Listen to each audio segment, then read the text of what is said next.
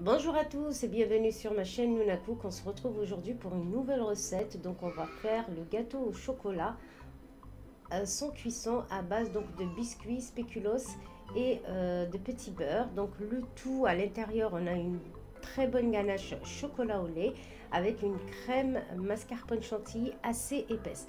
Franchement, le résultat est très bon. Ça nécessite pas beaucoup d'ingrédients et pas beaucoup de temps non plus. Donc je vous laisse avec tous les détails de la recette en me suivant dans ma cuisine.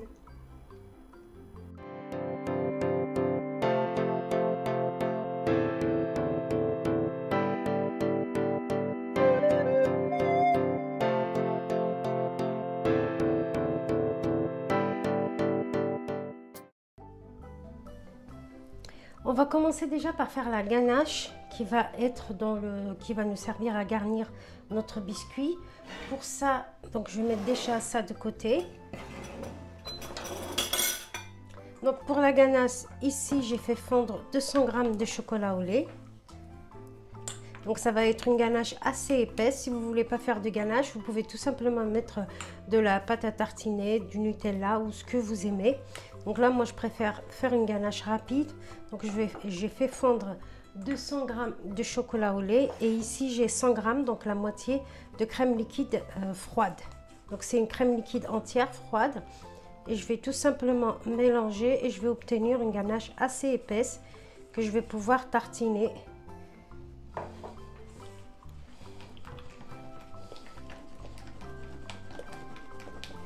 Le fait d'utiliser de la crème froide, ça va nous aider, elle sera directement épaisse. J'aurai pas à attendre au frigo qu'elle s'épaississe. Donc elle sera directement prête à être étalée puisqu'elle sera assez épaisse. Donc vous voyez déjà, elle a une belle consistance. Ça me fera gagner du temps. Donc j'aurai pas besoin de la mettre au frais.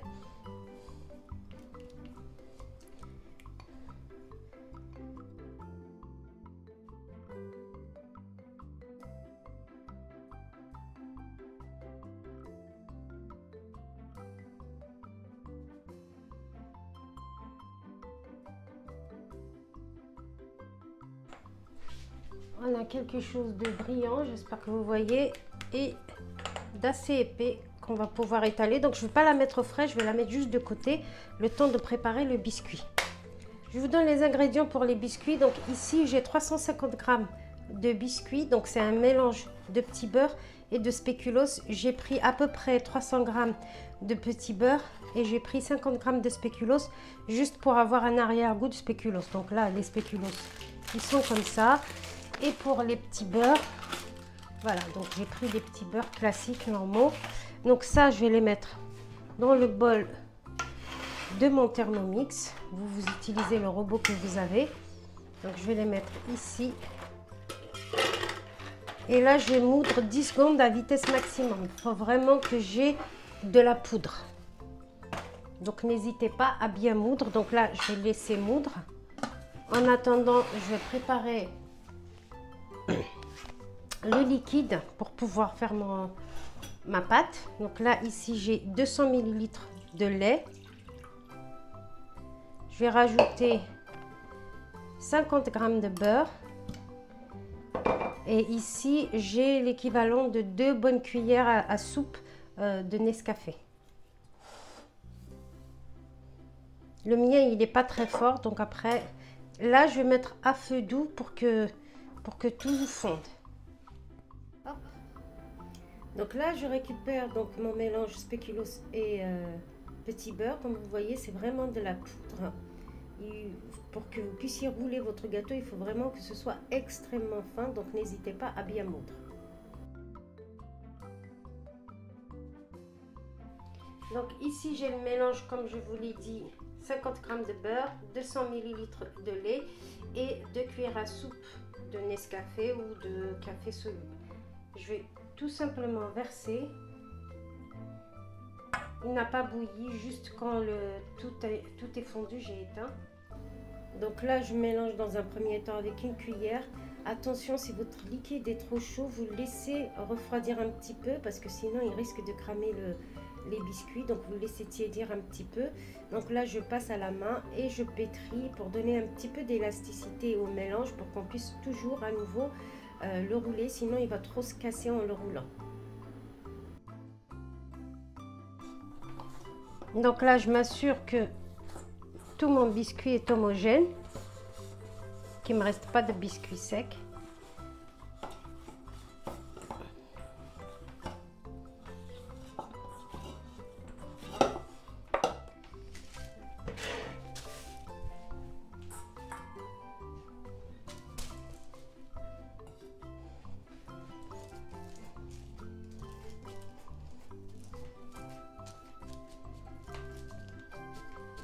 Là, je vais essayer de l'étaler en un rectangle fin. Là, le biscuit, il est vraiment malléable, donc n'hésitez pas à enlever d'un côté qui n'est pas droit, à boucher des trous. Donc vraiment, faites au mieux pour avoir quelque chose d'assez régulier, de rectangulaire. Et vous inquiétez pas, si ça se décolle, vous remettez juste ce qui se décolle à la main, il n'y a pas de souci.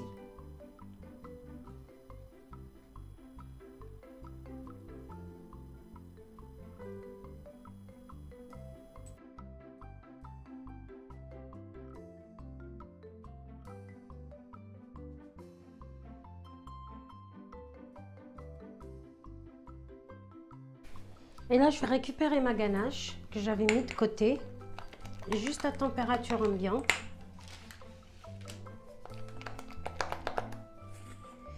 Et je vais l'étaler sur mon gâteau.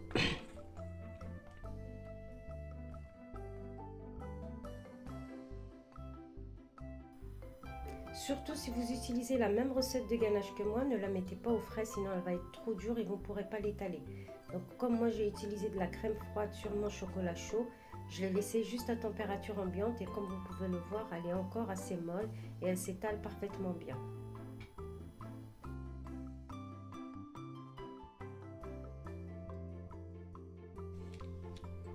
Là je vais le mettre au frais 10 minutes, juste le temps de préparer une petite chantilly mascarpone. Alors pour la chantilly mascarpone, rien de plus simple. J'ai mis 250 g de mascarpone, j'ai mis 100 g de crème fraîche, j'ai mis 3 cuillères à soupe donc de sucre semoule et 2 sachets de sucre vanillé et je vais monter ça en la surveillant directement dans mon robot. Donc on obtient vraiment quelque chose, j'ai fait vraiment une chantilly assez ferme, assez dense. Je récupère mon gâteau. Par contre, il ne faut surtout pas laisser votre gâteau trop longtemps au frais parce que sinon il va durcir et vous ne pourrez pas le rouler. Donc, hop. Pour la chantilly épaisse, comme vous pouvez le voir, je fais des petits tas pour faciliter l'étalage. Donc là, j'ai fait exprès de faire une chantilly assez épaisse, sinon elle ne va pas tenir quand on va rouler et à la découpe.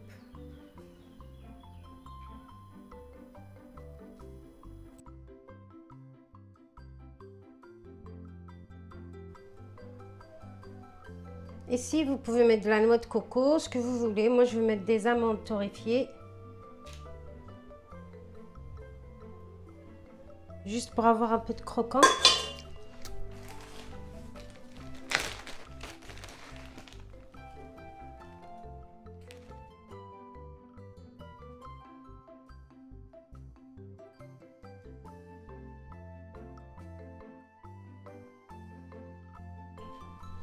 Et là, on va rouler le gâteau.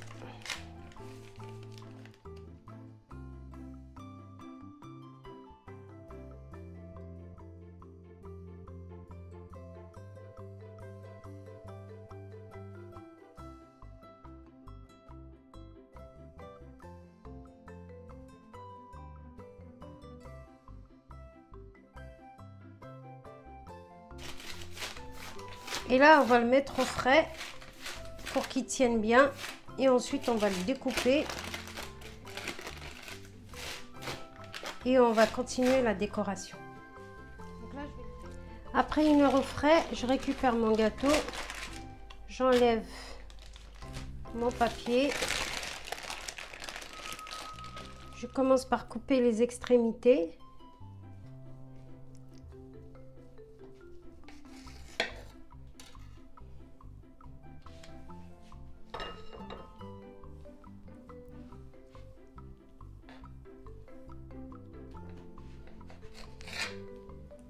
Ça, c'est les extrémités.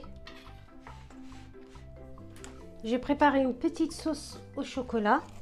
Donc, je vais couper le bout de ma poche. Alors, je vais faire des traits. Après, ici, c'est vraiment selon vos envies, selon votre feeling. Moi, je vais mettre des petits morceaux de guimauve. Ainsi que des fruits secs, des pistaches, des noix de cajou, ce que j'ai dans mon placard. Donc vous pouvez mettre des Ferrero Rocher, enfin ce que vous voulez, de la noix de coco, des amandes, vraiment selon vos envies et selon ce que vous avez à la maison. Mais moi je préfère avoir un petit peu de croquant, donc comme il y a beaucoup de mou, donc le fait de rajouter des pistaches, etc., ça rajoute un petit peu de croquant dans la bouche. Voilà, donc là, je vais mettre mon gâteau sur mon plat de présentation. Et comme vous pouvez le voir, franchement, il est pas mal pour un gâteau sans cuisson. Et donc, c'est idéal pour le goûter ou pour le dessert si vous n'avez pas d'idée. Ou même à offrir si vous êtes invité et que vous n'avez pas le temps de faire des cuissons, etc. Vous pouvez le faire très rapidement et respecter juste les temps d'attente pour qu'il soit froid. Voilà, je vous laisse donc avec cette recette. Je vous souhaite un très bon appétit. Je vous retrouve dans une autre vidéo. N'hésitez pas à liker, à vous abonner si ce n'est pas encore fait. À bientôt.